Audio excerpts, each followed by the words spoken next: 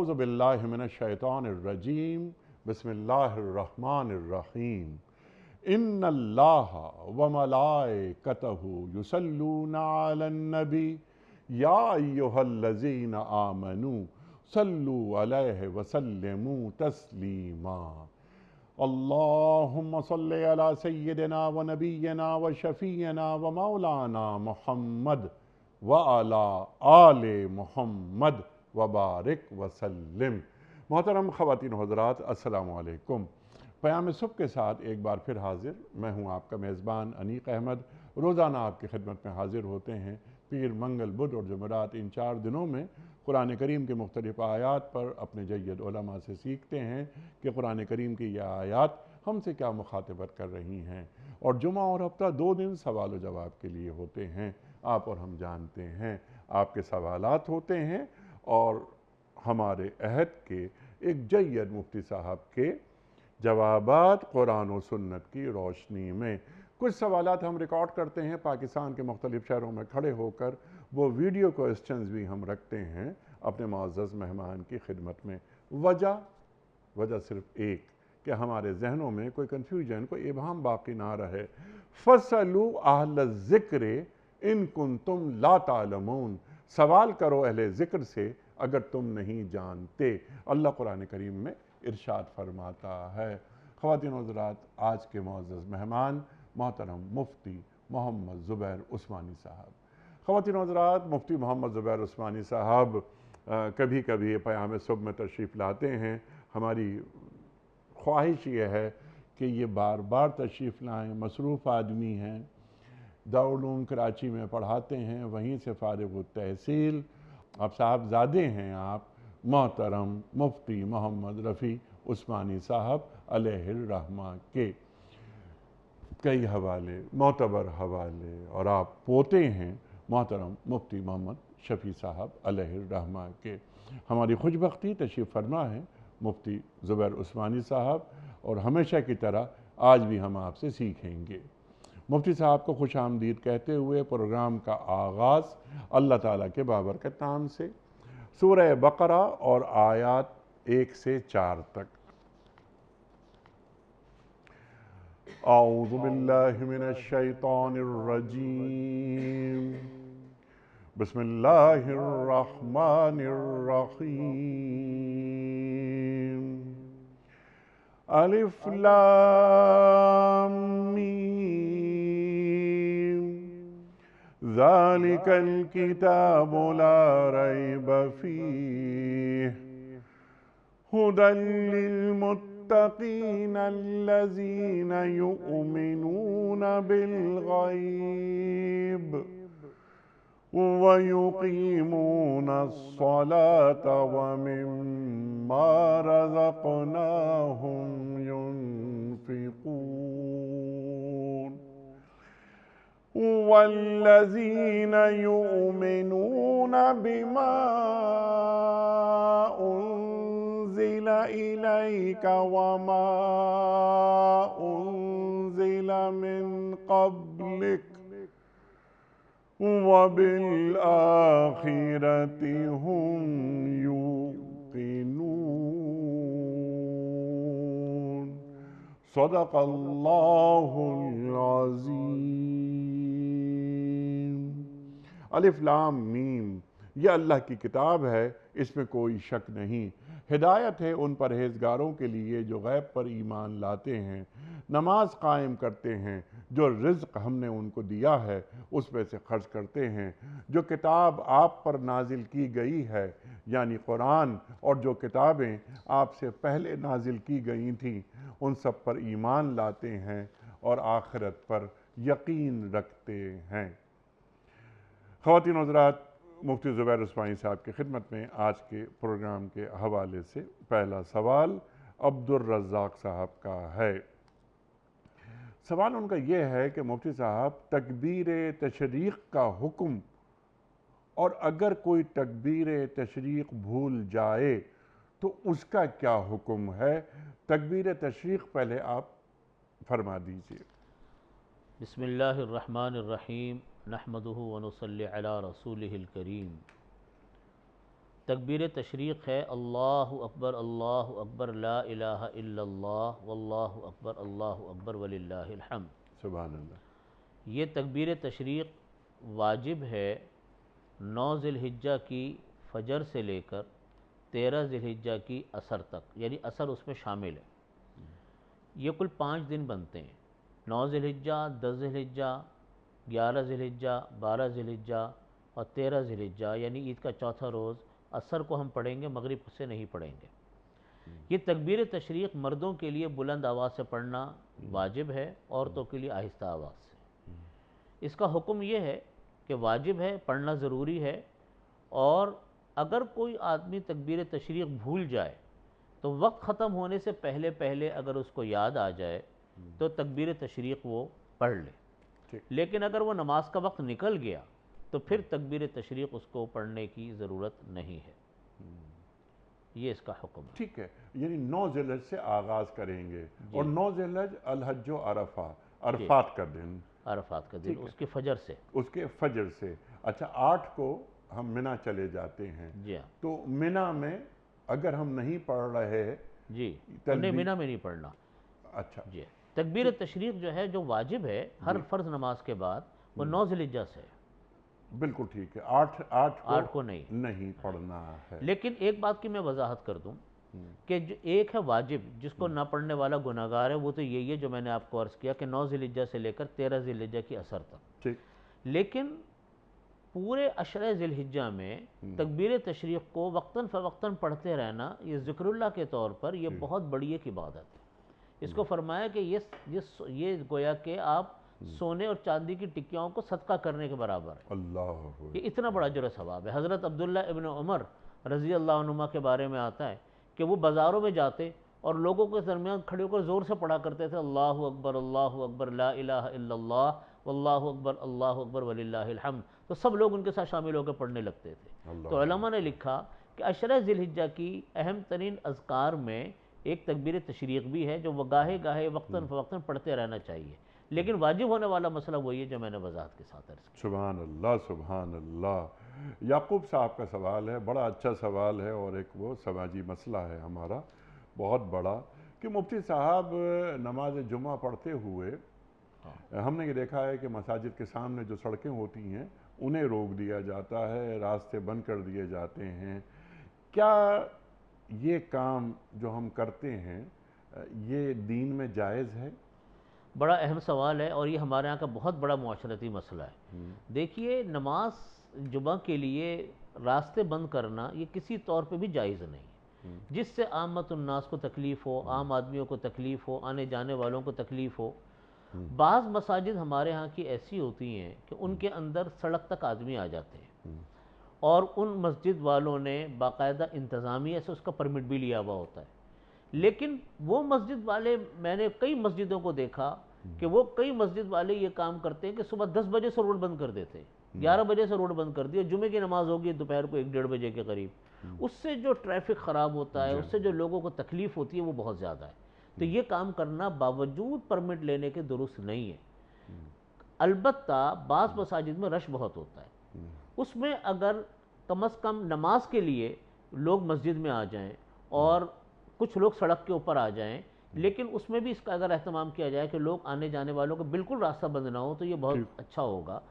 بہت تھوڑی دیر کے لیے، جتنی دیر میں خطبہ نماز ہو رہی ہے اتنی دیر کے لیے بند کر لیں، یہ کیا جا سکتا ہے۔ بعض ممالک کے اندر یہ کام کیا جاتا ہے کہ نمازیں 2-2 مرتبہ ہوتی ہیں، تو ایسے کنجسٹڈ ایریاز کے اندر یا ایسے مصروف علاقوں کے اندر جہاں پہ نمازی بہت سارے ہوتے ہیں اور روڈیں بلاک ہو جاتی ہیں اور لوگوں کو کئی گھنٹے تک تکلیف رہتی ہے، میرا ان کو مشورہ یہ ہے کہ اگر وہ اس جگہ کے اوپر 2 مرتبہ جمعے کی نماز کر لیں تو وہ اس مشکل سے بچا جا سکتا ہے، لیکن راستہ روکنا بلا ضرورت، بلا وجہ، یہ کسی قیمت پر درست نہیں ہے۔ سبحان اللہ، سبحان اللہ۔ انسانوں کو تکلیف نہ پہنچائی، بہت بنیادی اہم مسئلہ ہے یہ۔ انسانوں کو تکلیف دینا، یہ اللہ تعالیٰ کو، انسان کیا جاندار کو تکلیف دینا، جی ہاں، اللہ تعالیٰ کو سخت ناپسندیدہ، سخت ناپسندیدہ عمل ہے یہ۔ عبدالصبور صاحب ہیں، سوال ان کا یہ ہے کہ اگر کسی نے پچھلے سالوں میں قربانی واجب ہونے کے باوجود قربانی نہیں کی تو کیا حکم ہے؟ دیکھیے، اگر کسی نے پچھلے سالوں میں قربانی اس کے اوپر واجب تھی اور اس نے قربانی ادا نہیں کی، تو ایسے موقع کے اوپر ان کو یہ چاہیے کہ پچھلے سال کی قربانی کی رقم کو وہ صدقہ کر دے۔ اچھا، جتنے سال اس کے گزرے ہیں ان کی رقم کو ٹھیک وہ ہے، صدقہ کر دے۔ ٹھیک ہے، اگر ان کو پہلے یاد نہیں آیا تھا یا پہلے ان کو مسئلہ معلوم نہیں تھا اور اب ان کو مسئلہ پتہ چلا ہے تو پچھلے سالوں کی جو قربانی ان کے ذمے میں واجب ہے اس کو وہ صدقہ کر دیں۔ اچھا وہ صدقہ کر دیں، ٹھیک ہے، اگر قربانی نہیں کریں گے، رقم کو صدقہ کریں گے۔ رقم کو صدقہ کر اب دیں مسئلہ یہ ہوتا ہے کہ پچھلے سال قیمت اور تھی، اس سے پچھلے سال قیمت اس سے کم تھی، اس سے پچھلے سال قیمت اور کم تھی، تو اندازے کر کے کہ پچھلے سال کیا ریٹ تھا، اس سے پہلے کیا تھا، اپنے واجب قربانی کی رقم کو وہ صدقہ کر دیں۔ بالکل ٹھیک ہے۔ مرحوم والدین یا رشتہ داروں کی طرف سے قربانی کا کیا حکم ہے؟ غزالہ یوسف زئی صاحبہ ہیں۔ جی، مرحومین کی طرف سے قربانی کی جا سکتی ہے، ان کو ثواب پہنچایا جا سکتا ہے مرحومین کی طرف سے۔ اچھا، اور اس میں یہ ہے کہ اگر یہ سوال ہوتا ہے کہ کیا ایک قربانی کئی انسانوں کی طرف سے کی جا سکتی ہے یا نہیں، تو پہلے دو باتیں الگ الگ ہیں۔ ایک یہ کہ مرحومین کی طرف سے قربانی کی جا سکتی ہے، تو اس کا جواب یہ کہ کی جا سکتی ہے۔ ٹھیک ہے، کوئی مرحوم والد ہیں، عزیز ہیں، رشتہ دار ہیں، جیسے ساری دنیا کہ بہت بڑی تعداد لوگوں کی وہ جو نبی کریم صلی اللہ علیہ وسلم کی طرف سے قربانی کرتی ہے تو وہ کر سکتے ہیں، اس کے اندر کوئی خرابی کی بات نہیں۔ لیکن جس کی طرف سے قربانی کی جا رہی ہے وہ قربانی ایک ہی کی طرف سے ہوگی، یہ ہے مسئلہ۔ بعض اوقات آدمی نفلی قربانی کرتا ہے۔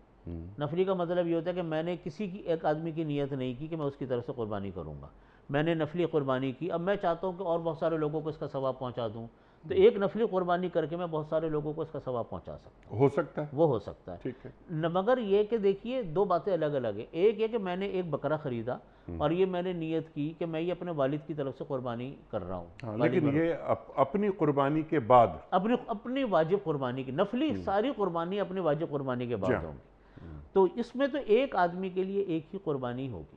لیکن کسی آدمی نے اگر نفلی قربانی کی، اس نفلی قربانی میں کسی جانور کے اوپر کسی ایک آدمی کی نیت نہیں کی بلکہ صرف اپنی نفلی قربانی کی ہے، پھر میں چاہتا ہوں کہ اس کا ثواب میں 4-5 آدمیوں کو پہنچا دوں، تو وہ 4-5 آدمیوں کو اس کا ثواب میں پہنچ سکتا ہے، ایک سے زیادہ کو بھی۔ جی، ٹھیک، سبحان اللہ سبحان اللہ، لیکن پہلے اپنی قربانی ہو اصل بنیاد یہ جائے۔ کہ اپنی واجب قربانی لازم ہے۔ ٹھیک ہے، ایک اور سوال قربانی کے حوالے سے آیا ہے کہ دوسرے ملک میں رہنے والے کی طرف سے پاکستان میں قربانی کرنے کا کیا حکم ہے؟ بالکل صحیح۔ دوسرے ممالک کے لوگوں کی جو قربانی ہم پاکستان میں کرتے ہیں یہ ہم کر سکتے ہیں، بشرط یہ کہ ان صاحب نے ہمیں اپنا وکیل بنایا ہو۔ اچھا، اگر ہم نے ان کی طرف سے قربانی کر دی اور ان کو پتہ بھی نہیں ہے کہ میں نے قربانی کر دی تو قربانی ادا نہیں ہوتی، ٹھیک، تو وہ اپنا وکیل بنائیں۔ نمبر 2، جو اصل آدمی ہے جن کی طرف سے قربانی کی جا رہی ہے، جو قربانی پاکستان میں کر رہے ہیں، وہاں دونوں جگہ پر عید ہونی چاہیے۔ ٹھیک، یعنی اب آج کل امریکہ میں عید ہم سے ایک دن پہلے ہو رہی ہے، تو ان کا جو عید کا تیسرا دن ہوگا اس دن ہمارا عید کا دوسرا دن پاکستان میں ہوگا، ٹھیک ہے، تو ہم اس طرح قربانی کریں کہ عید کے 2 دنوں میں جو ہمارے عید کے 2 دن بنتے ہیں وہ ہماری عید بھی ہوگی اور وہاں والوں کی عید بھی ہوگی، ٹھیک، تو وہ قربانی ہم کر سکتے ہیں جہاں دونوں طرف عید۔ جی ہاں، ایسا نہ ہو کہ عید کے دن ہی گزر جائیں اور اس کے بعد قربانی کی جائے۔ نوفل ہیں اسلام آباد سے، بہت اچھا سوال ہے۔ مفتی صاحب، قدم قدم پر احتجاج، سڑکیں بلاک کر دینا وغیرہ وغیرہ نظر آتا ہے ہمیں، اور آج کل بہت زیادہ ہو گیا ہے کہ احتجاج کرنے کے لیے ہر طبقہ آ جاتا ہے باہر۔ احتجاج کی شرائط دین کیا متعین کرتا ہے؟ بڑا اہم سوال ہے اور موجودہ معاشرے کا ایک بڑا ہی اہم مسئلہ ہے۔ اپنا احتجاج ریکارڈ کروانا یہ تو ہر انسان کا حق ہے۔ اگر کسی کو کوئی تکلیف ہے، کسی کو کوئی پریشانی ہے، اس کے اوپر وہ کوئی اپنا احتجاج کرنا چاہتا ہے، اس کو مکمل حق ہے۔ ٹھیک، لیکن احتجاج کرنے کا شرعی طریقہ کیا ہے؟ احتجاج کرنے کا ایک طریقہ وہ ہے جو آج کل ہمارے ہاں فیشن بن گیا کہ روڈیں بلاک کر دی، لوگوں کی املاک کو نقصان پہنچانا شروع کر دیا، اور گورنمنٹ کی جو تنصیبات ہیں، حکومتی تنصیبات ہیں، ان کو نقصان پہنچانا شروع کر دیا۔ گالم گلوچ، گندی زبان استعمال کرنا، دوسروں کو گالیاں دینا، یہ طریقہ کار شرعاً بالکل ناجائز اور حرام ہے۔ احتجاج کا طریقہ یہ ہے کہ اپنی بات دوسروں تک پہنچائی جائے، اپنا احتجاج، اپنا رد عمل دوسروں تک پہنچائیں، لیکن کسی کی جان کو نقصان پہنچانا، کسی کے مال کو نقصان پہنچانا، گورنمنٹ کی حکومت کی تنصیبات کو نقصان پہنچانا، گندی زبان، گندی باتیں، گندی گالیاں اور بلا وجہ کے اعتراضات یا بلا وجہ کے الزامات کسی کے اوپر عائد کرنا، اس کی شرعاً کوئی اجازت نہیں ہے۔ یہ ان کاموں سے بچتے ہوئے ہم اگر کوئی اپنا احتجاج ریکارڈ کروائیں تو اس کی ہمیں شرعاً اجازت ہے۔ اب لوگ کہتے ہیں جی حکومت اس کے بغیر سنتی نہیں ہے، لیکن یاد رکھیے اگر کسی کو سنوانے کے لیے کسی بے گناہوں کی جان مال عزت آبرو کو نقصان پہنچے، اس کا ایسا احتجاج کرانا ہمارے لیے کوئی ضروری بھی نہیں ہے۔ ٹھیک ہے، ایسا احتجاج نہیں ہمیں کرنا چاہیے کہ ہم دوسرے چیزوں کو نقصان پہنچائیں، دوسروں کی عزتوں سے کھیلیں صرف اپنی بات دوسروں تک پہنچانے کے لیے۔ جائز حدود کے اندر رہتے ہوئے، جیسے میں نے عرض کیا، اس کے اندر رہتے ہوئے اپنی بات دوسروں تک ہم جو پہنچا سکتے ہیں وہ ہم پہنچانے کے مکلف ہیں۔ سبحان اللہ، سبحان اللہ۔ اور پھر جوابی طور پر حکومت کی طرف سے کوئی سختی ہو، ڈنڈا ہو، تو پھر حکومت مجاز ہے اس بات کی۔ اصل میں حکومت کو بھی یہ چاہیے کہ ان جیسے بات دیکھیں دونوں طرف سے چلتی ہے۔ حکومت کو بھی یہ چاہیے کہ ایسے موقع کے اوپر اگر کوئی جو لوگوں کی عزت کو نقصان پہنچا رہا ہے، دوسروں کے املاک کو نقصان پہنچا رہا ہے، تو قانونی دائرے میں رہتے ہوئے ان کے خلاف کارروائی کی جا سکتی ہے۔ مثال کے طور پر میں ایک مثال دیتا ہوں، یہ آج کل ہمارے ہاں عام ہے کہ دکانوں کو آگ لگا دی، عام آدمیوں کی گاڑیوں کو آگ لگا دی، جس کی تو کوئی شرعاً بھی اجازت نہیں ہے، قانوناً بھی اجازت نہیں ہے۔ ایسے لوگوں نے اگر لوگوں کی گاڑیوں کو نقصان پہنچایا، املاک کو نقصان پہنچایا، حکومت ان کو پکڑ کر ان سے معاوضہ دلوا سکتی ہے کہ بھئی ان کا کیا قصور تھا جن کے آپ نے گھروں کو آگ لگائی ہے یا گاڑیوں کو آگ لگائی ہے، تو ان کو پکڑا جا سکتا ہے، ان کے اوپر سختی کی جا سکتی ہے۔ لیکن حکومت کو بھی چاہیے کہ ایسے موقع آنے نہ دیں اور ایسے مواقع آنے نہ دیں کہ لوگ اپنے احتجاج کو لے کر اب اتنا مجبور ہو جائیں کہ سڑکوں پہ نکل کر لوگوں کی املاک کو اور جانوں کو نقصان پہنچائیں۔ سبحان اللہ، سبحان اللہ، سبحان اللہ۔ حکومت کی بھی ذمہ داری ہوتی ہے کہ وہ احتجاج یعنی اس حد تک نہیں آنے دیا جائے، اور جو عوام کی تھوڑی سی ڈیمانڈز ہوتی ہیں انہیں پورا کر دیا جائے۔ ٹھیک ہے۔ راشد علی خان، سوال ان کا یہ ہے کہ مفتی صاحب، زندگی میں اپنی جائیداد کو تقسیم کرنا چاہتا ہوں، زندگی میں جائیداد کی تقسیم کیسے ہوتی ہے، اس کا شرعی طریقہ کیا ہے؟ زندگی میں جائیداد جو تقسیم ہوتی ہے یہ میراث نہیں ہوگی، یہ گفٹ ہوگا، ہبہ ہوگا اپنی اولاد کو۔ تو اپنی اولاد کے درمیان اگر کوئی آدمی اپنی جائیداد کو تقسیم کرے تو اس کے اندر بیٹا اور بیٹی میں برابری ضروری ہے۔ ٹھیک، برابری کرنی چاہیے، بیٹا کو، بیٹے کو، بیٹی کو، بیوی کو برابر ان کو دیں۔ البتہ اگر کوئی بیٹا بیٹی، اچھا اس میں بیوی بھی شامل ہے؟ بیوی کو دے سکتے ہیں۔ نہیں، بیٹے اور بیٹی کے مابین، یعنی اگر ایک بیٹے کو میں نے 1 کروڑ روپے دیے تو پھر میں ایک بیٹی، اپنی بیٹی کو بھی، 2 بیٹے 2 بیٹیاں، 1 کروڑ سب کو دے، تو اگر میں بیوی کو بھی دوں گا تو 1 کروڑ؟ نہیں، بیوی کو برابری نہیں ہے، نہیں میں کہہ رہا ہوں بیوی کو گفٹ کیا جا سکتا ہے۔ جی، گفٹ کیا جائے، برابری تو بیوی میں نہیں ہوتی، بیوی کا تو حق انسان بہت زیادہ بعض اوقات دیتا ہے، کلیئر۔ تو بیوی کے اندر برابری نہیں ہوتی۔ البتہ اس میں یہ بات ضروری ہے کہ کسی دوسرے کو جائیداد اپنی دینا اپنی زندگی میں جس سے بیٹا اور بیٹی محروم ہو جائیں، یہ بھی درست نہیں۔ یعنی مثال کے طور پہ میں نے کوئی چیریٹی اتنی بڑی کر دی کہ اب میرے بیٹا بیٹی کے لیے کچھ بھی نہیں بچا، تو یہ کام ہمیں نہیں کرنا چاہیے کہ اپنی زندگی میں ہم اتنی بڑی رقم کسی دوسری جگہ کو گفٹ کر دیں، ہبہ کر دیں، جس سے ہمارے اپنے شرعی وارث جو ہیں وہ محروم ہو جائیں۔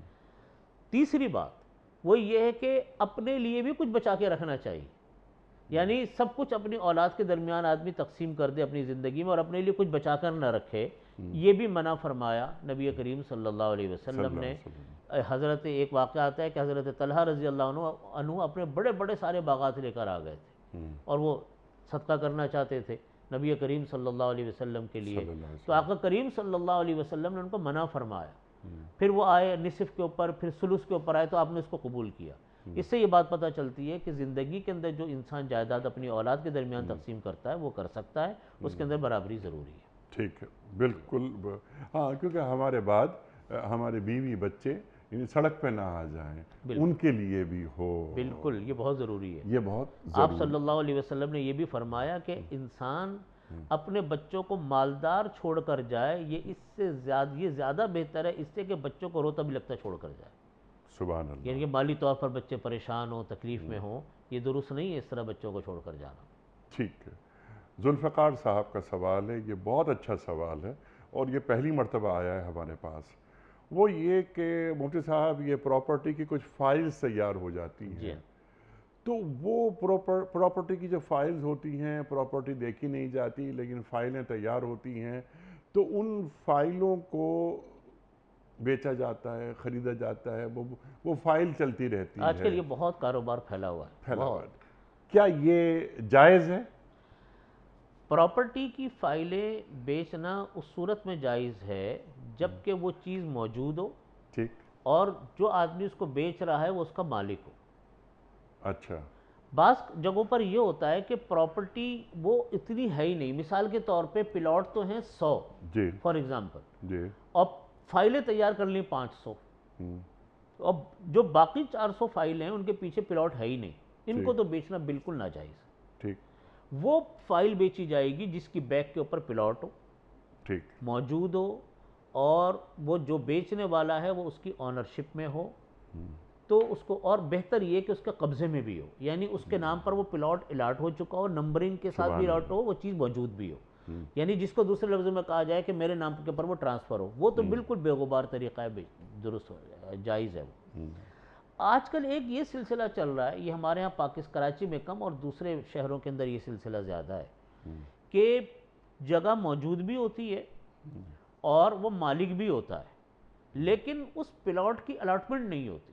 نمبر تو ڈلا ہوا ہے کہ 775 B775، یہ نمبر تو ڈلا ہوا ہے، لیکن وہ B775 آئے گا کس جگہ کے اوپر نقشے کے اندر، یہ بھی ڈیسائیڈ نہیں ہوتا۔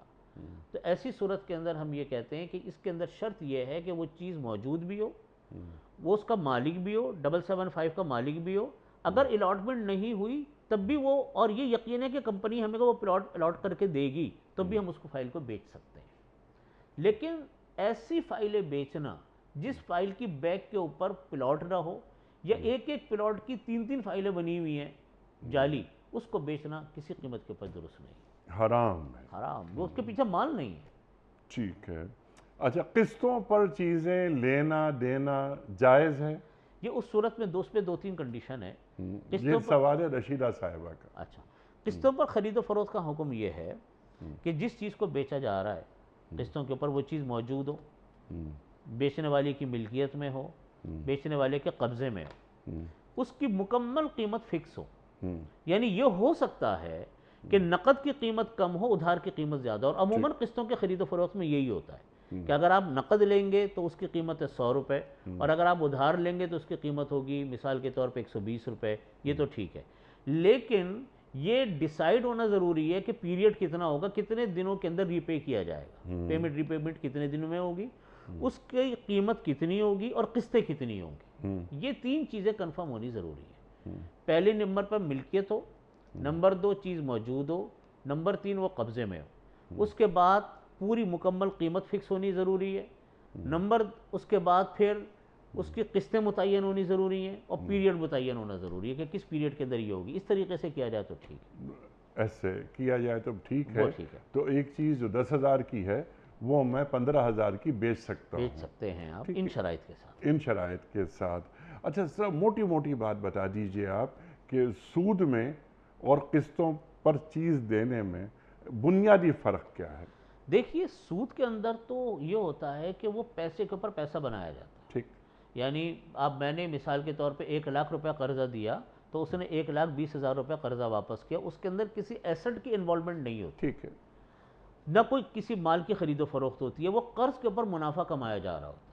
تو نبی کریم صلی اللہ علیہ وسلم نے اس کو منع فرمایا کہ کل قرض جر منفعۃ فہو ربا، ہر وہ قرض جو اپنے ساتھ کوئی منفعت، کوئی پروفٹ لے کر آئے وہ حرام ہے۔ ٹھیک، یہ جو خرید و فروخت ہوتی ہے قسطوں کے اوپر، اس کے اندر تو باقاعدہ مال ہوتا ہے، وہ مال کو بیچ رہا ہوتا ہے، منافع بھی مال کا کمایا جا رہا ہوتا ہے، البتہ چونکہ بیچنے والے کا انویسٹمنٹ ذرا لمبی ہو جاتی ہے، یعنی نقد کے اندر تو انویسٹمنٹ تھوڑی ہے اور ادھار کے اندر انویسٹمنٹ ذرا لمبی ہو رہی ہے، اس کی وجہ سے وہ اپنی قیمت بڑھا رہا ہے، تو ساری ڈیلنگ وہاں منافع قرضے کے اوپر نہیں ہے، بلکہ منافع وہاں پر وہ مال کے اوپر ہے، ایسٹس کے اوپر ہے، اور وہ منافع وہ ایسٹس کے اوپر کما رہا ہے، اس وجہ سے وہ سود کے زمرے میں نہیں آتا۔ اچھا، اور سب چیزیں سامنے ہیں، سب چیزیں موجود ہیں، تمام مال کی شرائط موجود ہے، مدت موجود ہے، اور جو خرید و فروخت کی شرط ہے کہ مبادلۃ المال بالمال بالتراضی، خرید و فروخت کی تعریف یہ ہے کہ مال کو مال کے بدلے میں بیچا جائے بائی میوچول کنسنٹ۔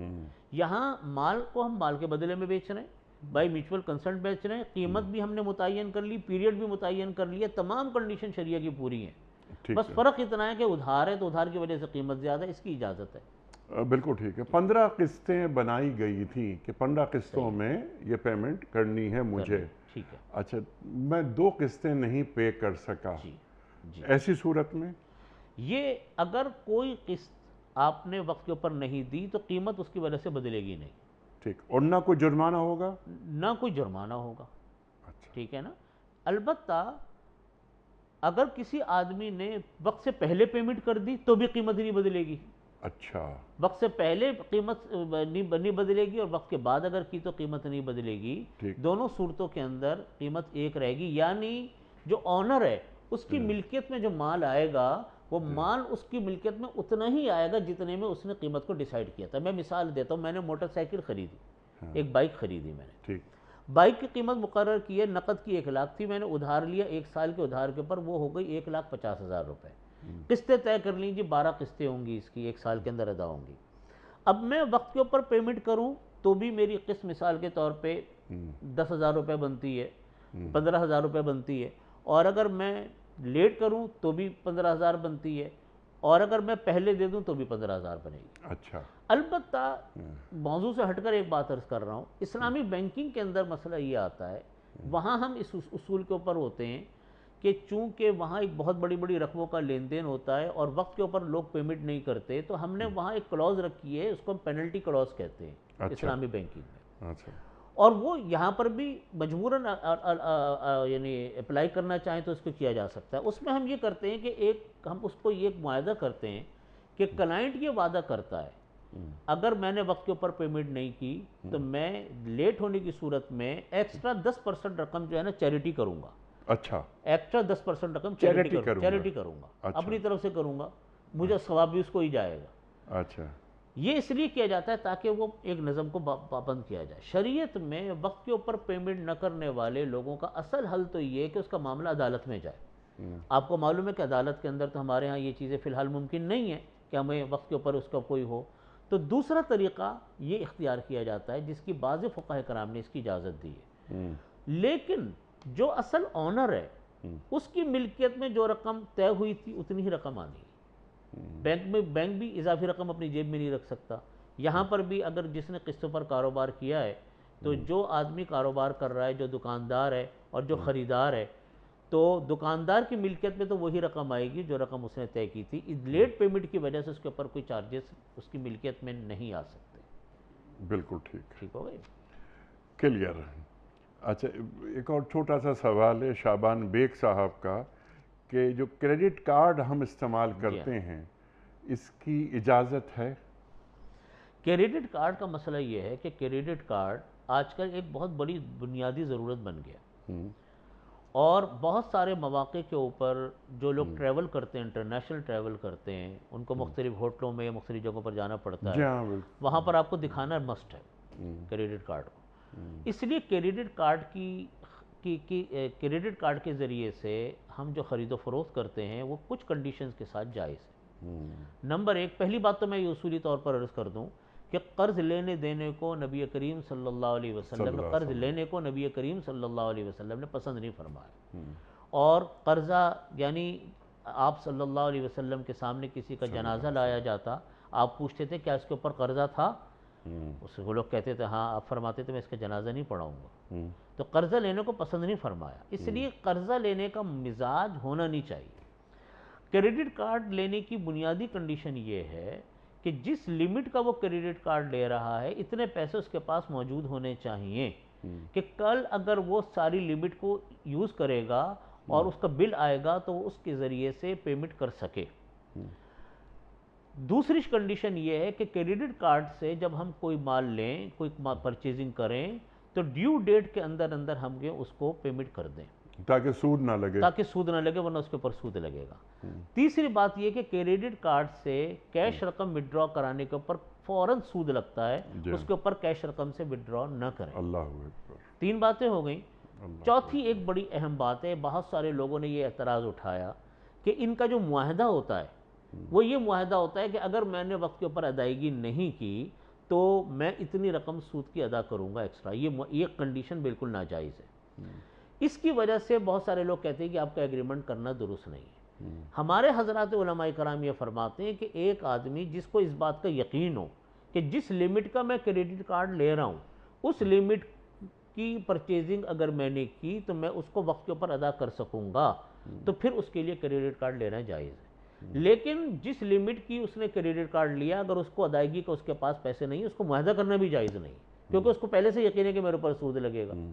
اس لیے ان کنڈیشن کے ساتھ ہم اجازت دیتے ہیں کہ کریڈٹ کارڈ وہ لے سکتا ہے. یہ بالکل ایسا ہے جیسے میں بجلی استعمال کرتا ہوں, میرے اس بجلی کے بل کے ایگریمنٹ میں یہ بات لکھی ہوئی ہے کہ میں نے اگر ڈیو ڈیٹ کے اوپر بجلی کا بل پے نہیں کیا تو میں اتنا ایکسٹرا پے کروں گا. اچھا, جو میں ایکسٹرا پے کر رہا ہوں اس کی دین اجازت دیتا ہے اس کے اندر بجلی کے بل میں جو ایک فائن لگتا ہے, میرا بجلی کا بل آیا 20,000. دیکھیے یہ مالی جرمانہ ہے, یہ مالی جرمانہ ہے, ٹھیک ہے نا. مالی جرمانے کا مطلب جس کو ہم کہتے ہیں تعزیر مالی ہے, تو تعزیر مالی کی اجازت نہیں ہے. اس بجلی کے بل میں بھی نہیں ہے, ٹیلی فونوں کے بلوں میں بھی نہیں ہے, لیکن ہمارے اوپر ایک لگی ہوئی ہم اس کو کر رہے ہوتے ہیں اور غلطی ہو بھی جاتی ہے تو بل بھی پے کر دیتے ہیں. لیکن بہرحال یہ تعزیر مالی جائز نہیں ہے. جائز نہیں ہے. میں نے کہا یہی بات میں آپ سے ذرا وضاحت چاہ رہا تھا. میرا کہنے کا مقصد یہ تھا کہ جس طریقے سے ہم اس ایگریمنٹ کو سائن کرتے ہیں تو کریڈٹ کارڈ کے ایگریمنٹ کو بھی ہم سائن کر سکتے ہیں, لیکن کنڈیشن یہی ہے کہ لمٹ کے پیسے آپ کے پاس ہونے چاہیے. اچھا سرکار, اگر ہم کریڈٹ کارڈ نہ رکھیں, جی جو گفتگو آپ نے فرمائی اس کی روشنی میں جتنا مال ہے ہمارے پاس, ہم ڈیبٹ کارڈ رکھیں, بہت اچھا ہے, بہترین ہے. بہترین ہے. تو اس میں کوئی سود کی جھنجھٹ, کوئی کھکیڑ ہے ہی نہیں. بالکل نہیں, بالکل صحیح. تو ڈیبٹ کارڈ رکھ لے تو زیادہ اچھا ہے. بغیر کیا اچھا سوال آیا, واہ واہ واہ واہ واہ. بغیر اجازت کسی کی دیوار پر پوسٹر لگانا کیسا ہے؟ ہم مفتی صاحب دیواریں خراب کر دیتے ہیں اور کسی نے بہت اچھا پینٹ وینٹ کرا رکھا ہوتا ہے, لیکن کوئی آتا ہے پوسٹر, اس کے اوپر ایک اور پوسٹر وغیرہ وغیرہ. تو کیا دین اجازت دیتا ہے؟ پوسٹر کا مسئلہ یہی مسئلہ پوسٹر کا, یہی مسئلہ دیواروں کے اوپر لکھوانا ہے, چاکنگ جو ہوتی ہے دیواروں کے اوپر, یہ بالکل ناجائز ہے. دوسروں کے مال کو بغیر اس کی مرضی کے استعمال کرنا یہ بالکل شرعاً ناجائز ہے, حرام ہے.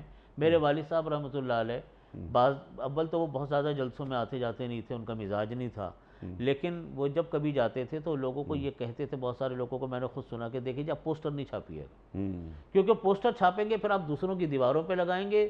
یہ ناجائز ہے کہ دوسرے کی دیواروں کے اوپر بغیر اس کی اجازت کے پوسٹر لگانا, چاکنگ کرنا, اشتہار لگانا, یہ پورے پاکستان کا مسئلہ بنا ہوا ہے. دوسروں کی دیوار کو, دوسروں کی املاک کو, اموال کو خراب کرنا, اس کی شرعاً کوئی اجازت نہیں ہے. کتنی اہم باتیں, بظاہر ہمیں لگتی ہیں بہت معمولی سی بات ہے, لیکن اخلاقیات, یہ بنیادی اخلاقیات جو ہمارا دین ہمیں تعلیم کرتا ہے کہ ہمیں رہنا کس طرح ہے. جی اسی سے میں ریلیٹڈ ایک اور بات عرض کروں, بالکل اس سے ریلیٹڈ, کہ دیکھیے جس طریقے سے ایک انسان کی ذاتی ملکیت ہوتی ہے نا, اس کو کوئی دوسرا انسان استعمال کرے یہ جائز نہیں ہے. جیسے پوسٹر لگانا, میری دیوار پہ کوئی پوسٹر لگا کے چلا گیا, کوئی اشتہار لگا کے چلا گیا, یہ جائز نہیں ہے. اسی طرح بعض ملکیتیں وہ ہوتی ہیں کہ کسی انسان کی ملکیت تو نہیں ہوتی لیکن گورنمنٹ کی ملکیت ہوتی ہے, عامت الناس کا حق ہوتا ہے. عامت الناس کا حق ہونے کا مطلب یہ کہ سارے انسانوں کا حق ہے, اس کو کوئی انسان اپنی تحویل میں لے کر استعمال شروع کر دے, یہ شرعاً ناجائز ہے. مثال کے طور پہ پورا پاکستان میں ہمارے ہاں یہ رواج ہے کہ دکان تو میری ادھر ہے, یہ اس کی حد بندی ہے دکان کی, اور میں نے اپنے مال کو آگے فٹ پاتھ پر پھیلایا ہوا ہے. ساری فٹ پاتھ جو ہے وہ گھری ہوئی ہے میری دکاندار کی مال کے پھیلانے سے, دکاندار کے زیر تصرف چیزوں سے. ہوٹل والے انہوں نے کرسیاں ڈالی ہوئی ہیں, میزیں ڈالی ہوئی ہیں, دکانداروں نے اپنا مال بچھایا ہوا ہے. اب وہ حق ہے لوگوں کے گزرگاہ کا, سارے لوگوں کا حق ہے, قبضہ ایک آدمی نے کیا ہوا ہے. یہ بھی بالکل اسی طریقے سے ناجائز ہے جس طریقے سے پوسٹروں کو دوسروں کی دیوار کے اوپر چپکانا. سبحان اللہ. اپنی دکان کے آگے جو جگہ ہے, کیا میں اسے کرائے پہ دے سکتا ہوں؟ نہیں دے سکتے. یہی مسئلہ آج ہمارے ہم ٹھیلے والوں کو ہم جگہ کرائے پر دیتے ہیں. کوئی حق نہیں ہے، وہ جگہ میری ہے نہیں، وہ تو لوگوں کی گزرگاہ ہے، عامت الناس کا حق ہے، ہم اس کو کرائے کے اوپر دیتے ہیں، اس کے اوپر اس سے پیسے وصول کرتے ہیں، تو یہ شرعاً ناجائز اور بالکل کوئی اس کی شرعاً ناجائز ہے، اور ہم بہت دھڑلے سے کرائے پہ دے دیتے ہیں۔ ایک عورت اپنے شوہر کے ساتھ حج کے لیے گئی، وہاں شوہر کا انتقال ہو گیا، اس صورت میں بیوہ عدت کہاں گزارے گی؟ وہ اپنے ملک میں واپس آئے گی۔ اچھا، وہ اپنے ملک میں واپس آئے اور واپس آ کر پھر اپنے شہر میں وہ عدت گزارے گی، اپنے گھر میں عدت گزارے گی، اپنے گھر میں عدت گزارے گی واپس آ کر۔ کیا طواف کرتے ہوئے ہم کسی نمازی کے سامنے سے گزر سکتے ہیں؟ اس میں حکم یہ ہے کہ کوشش یہ کی جائے کہ ایک آدمی کا جو فاصلہ ہے اس سے آگے کا فاصلہ ہونا چاہیے، یعنی مثال کے طور پہ عام دیکھیے دو باتیں الگ الگ ہوتی ہے کہ جہاں تک ایک آدمی نماز پڑھ رہا ہے نا اس سے آگے وہ گزر سکتا ہے ایک آدمی کے فاصلہ کو چھوڑ کر، ٹھیک ہے، تو وہ اس کی اجازت ہے۔ لیکن جب رش بہت زیادہ ہوتا ہے مکہ مکرمہ میں حرم کے اندر تو اس کا اہتمام ممکن نہیں ہوتا، تو اس کے لیے بھی بعض اوقات فقہاء کرام اس کی اجازت دے دیتے ہیں کہ یہ درگزر ہے، لیکن عام جگہوں پر یہ اصول نہیں چل سکتا۔ عام مسجدوں کے اندر جو بڑی بڑی مساجد ہوتی ہیں اس میں اصول یہ ہے کہ جس جگہ پر انسان کی نظر سجدے کی جگہ پہ ہوتی ہے اس کے آگے مزید 2 صفوں کے بعد وہ گزر سکے گا، 2 صفوں سے پہلے نہیں گزر سکتا۔ جی ہاں بالکل، کیا کہتے ہیں اسے ستھرا؟ نہیں، اس کو یوں کہتے ہیں کہ جس جگہ پر ہماری نظر ہے سجدے کی اس سے آگے جہاں تک ہماری نظر ویسے ہی چلی جاتی ہے بغیر دیکھے ہمیں نظر آ رہا ہے اس سے آگے وہاں تک تو نہیں گزر سکتا، اس کے آگے گزر سکتا۔ ٹھیک ہے، نہیں اگر سامنے ہم کوئی چیز رکھ لیں وہ تو اس کی تو کوئی مسئلہ نہیں، پھر تو کوئی مسئلہ نہیں، پھر تو سب کوئی گزر سکتا۔ امام کے آگے بھی اگر سترا ہے اور مقتدیوں کے آگے سترا نہیں ہے تو بھی سب اس کے سامنے سے گزر سکتے ہیں۔ امام سترۃ الامام سترۃ القوم، نبی کریم صلی اللہ علیہ وسلم نے فرمایا کہ امام کے سامنے سترا ہوگا تو مقتدیوں کے سامنے اگر سترا نہیں ہے تو وہاں سے لوگ گزر سکتے ہیں۔ یہ کتنا اہم نقطہ آپ نے بیان فرمایا، اللہ اکبر۔ امام صاحب نے سترا رکھ دیا، ان کے سامنے سے نہیں گزرا جا سکتا، لیکن اگر سترا رکھ دیا تو گزر سکتے ہیں، تو مقتدی جتنے لوگ نماز پڑھ رہے ہیں ان کے سامنے سے لوگ گزر رہے ہیں تو امام صاحب کا سترا وہ یہاں بھی لاگو ہوگا، ان کا سترا ان کے اوپر بھی لاگو ہوگا۔ اللہ اکبر، اللہ اکبر، اللہ اکبر۔ شجاعت صاحب کا سوال ہے، مفتی صاحب آپ کو معلوم ہے کہ رمی کرتے ہوئے کتنی دشواریوں کا سامنا کرنا پڑتا ہے، خاص طور پر خواتین کو، کیا ہم اپنے گھر کی خواتین کی جانب سے کنکریاں پھینک سکتے ہیں؟ نہیں پھینک سکتے۔ اس کا طریقہ یہ ہے کہ خواتین کو شام میں لے جائیں، رات میں لے جائیں، اگرچہ وقت ہوتا ہے پہلے دن تو پہلے دن جو رمی ہوتی ہے وہ طلوع آفتاب کے بعد سے لے کر زوال آفتاب تک ہوتی ہے پہلے دن کی، باقی 2 دنوں کی رمی ہوتی ہے زوال آفتاب سے لے کر غروب آفتاب تک۔ تو اگر رش اتنا زیادہ ہو کہ خواتین کا اس میں جانا خطرے کا باعث ہے یا ان کا پوری طرح احترام نہیں رکھا جا سکتا تو ان کو ہم پھر مغرب کے بعد لے جائیں، اس کی تمام فقہاء کرام اجازت دیتے ہیں، لیکن اپنا نائب نہ بنائیں۔ نائب اس صورت میں بنایا جائے گا جس کے لیے وہاں آنا ممکن نہ ہو، بیماری کی وجہ سے، بڑھاپے کی وجہ سے یا کوئی اور عذر کی وجہ سے، تو ہم اس کو نائب بنائیں گے، لیکن خواتین چونکہ آ سکتی ہیں لیکن مسئلہ ہے رش، تو اس رش کا حل یہ کہ رات کو آ کر رمی کر لیں، یعنی بعد نماز مغرب، بعد نماز مغرب، اس وقت سناٹا ہو جاتا۔ ٹھیک ہے مفتی صاحب، کچھ ویڈیو کوئسچنز آپ کی خدمت میں۔ پہلا سوال مفتی صاحب کے لیے۔ السلام علیکم، میرا مفتی صاحب سے سوال ہے کہ عورت بغیر محرم کے کتنی دور تک سفر کر سکتی ہے؟ مسئلہ یہ کہ عورت بغیر محرم کے اپنے شہر میں سفر کر سکتی ہے بشرط یہ کہ اس کی عزت محفوظ ہو۔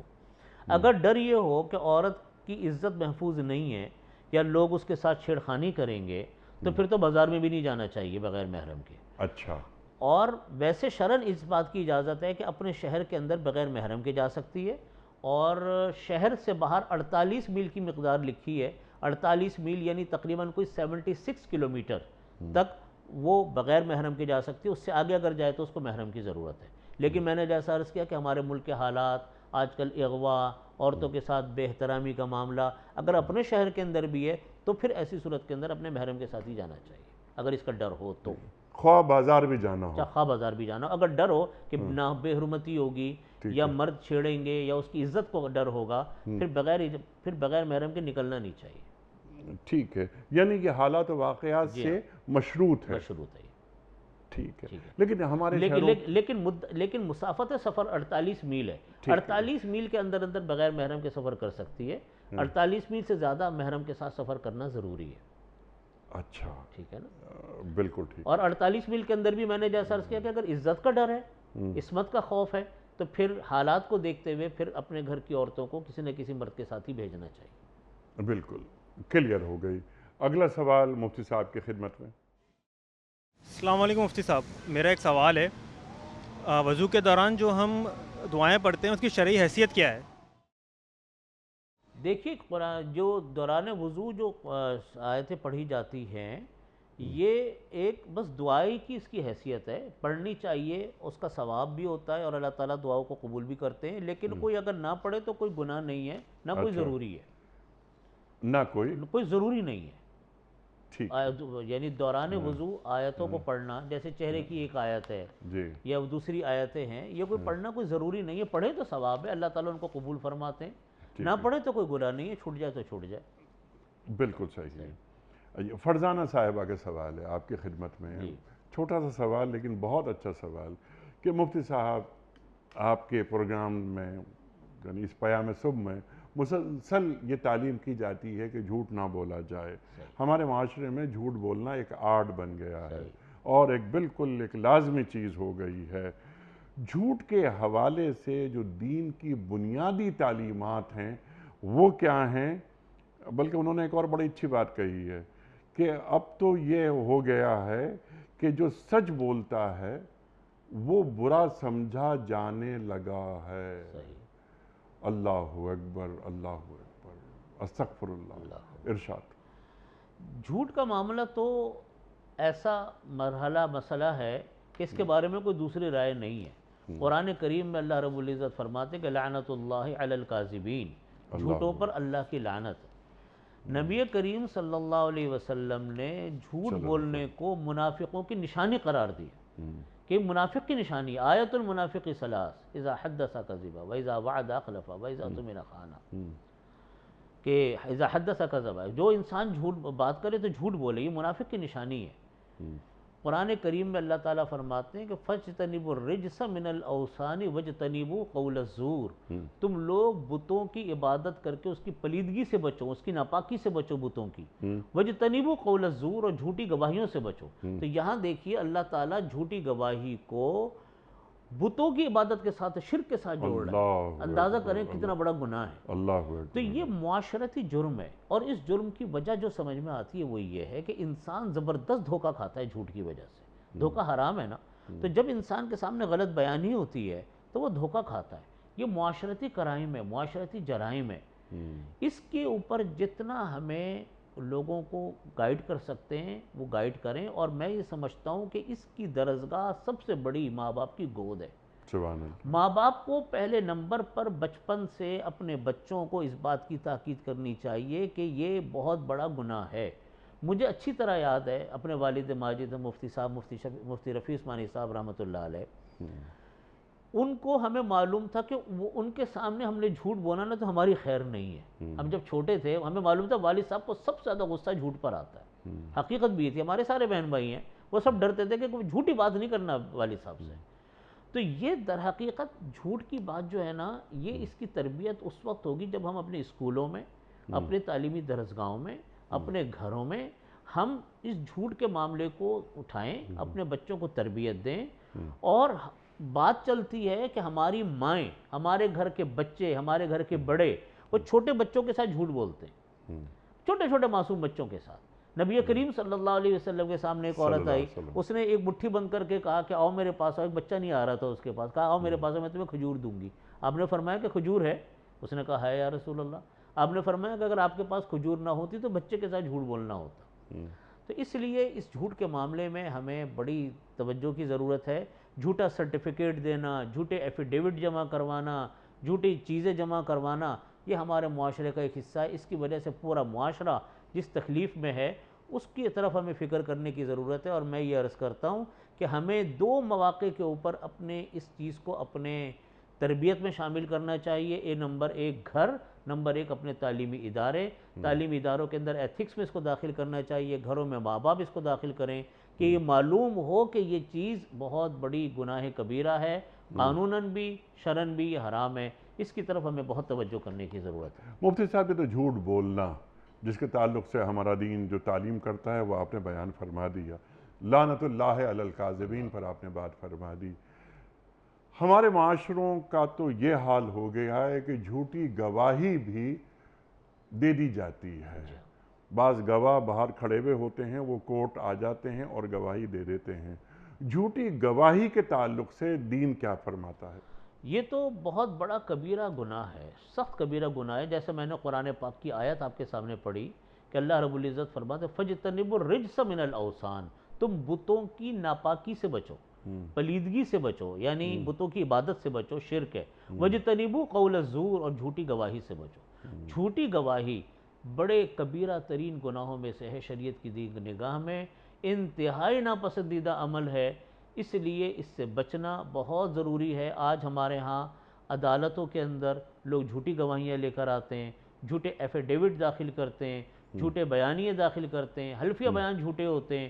یاد رکھیے یہ ان بڑے کبائر میں سے ہے جس کے اوپر اللہ کی پکڑ آنے کا ڈر ہوتا ہے. اللہ اکبر. اگر کسی شخص نے ایک جھوٹے سرٹیفکیٹ یا جھوٹی ڈگری کی بنیاد پر نوکری حاصل کر لی، نوکری اسے مل گئی اور وہ 25 سال وہ نوکری کرتا رہا، تو کیا اس کی نوکری حرام قرار پائے گی؟ اور اس 25 سال میں جو وہ آمدنی حاصل کرتا رہا کیا وہ سب حرام ہوگی؟ دیکھیے یہ تو کہنا مشکل ہے کہ ساری حرام ہوگی، لیکن یہ ہے کہ اس کا پورا کانٹریکٹ حرام ہے. کانٹریکٹ کا مطلب یہ کہ جس جگہ کے اوپر وہ جا کر لگا اس جگہ کی اس کے اندر اہلیت نہیں تھی، یعنی اس نے جھوٹا سرٹیفکیٹ جمع کروایا، جھوٹی سندیں اس نے جمع کروائیں. جھوٹی سندیں جمع کروانے کے بعد اس نے وہاں پر ملازمت حاصل کی. اس کا مطلب یہ کہ وہ نااہل تھا. نااہل ہونے کی وجہ سے یہ اس کا سارا عمل جھوٹا سمجھا جائے گا. لیکن یہ کہنا کہ اس نے پورے 25 سال حرام کمایا، یہ میں ابھی اس کو یقین سے نہیں کہہ سکتا، یہ میں مشورہ کر کے بتا سکتا ہوں. مفتی صاحب میں آپ کا بڑا ممنون، بڑا شکر گزار، آپ تشریف لائے. خواتین و حضرات، ہمارے علماء اللہ انہیں سلامت رکھے تشریف لاتے ہیں، ہماری دینی کمی کو دور کرتے ہیں، قرآن کریم کا علم ہم تک منتقل کرتے ہیں. اللہ ہمارے علماء کو سلامت رکھے. آپ اور ہم جانتے ہیں کہ پروگرام کا اختتام ہوتا ہے روزانہ ایک قول پر، اور وہ قول ہوتا ہے صاحب نہج البلاغہ امیر المومنین حضرت علی مرتضیٰ کرم اللہ وجہہ کا. آپ فرماتے ہیں منافق کا علم صرف اس کی زبان پر اور مومن کا علم اس کے دل میں ہوتا ہے. منافق کا علم صرف اس کی زبان پر اور مومن کا علم اس کے دل میں ہوتا ہے. سبحان اللہ سبحان اللہ. اپنے میزبان انیق احمد کو کل تک کے لیے اجازت دیجیے. خدا حافظ.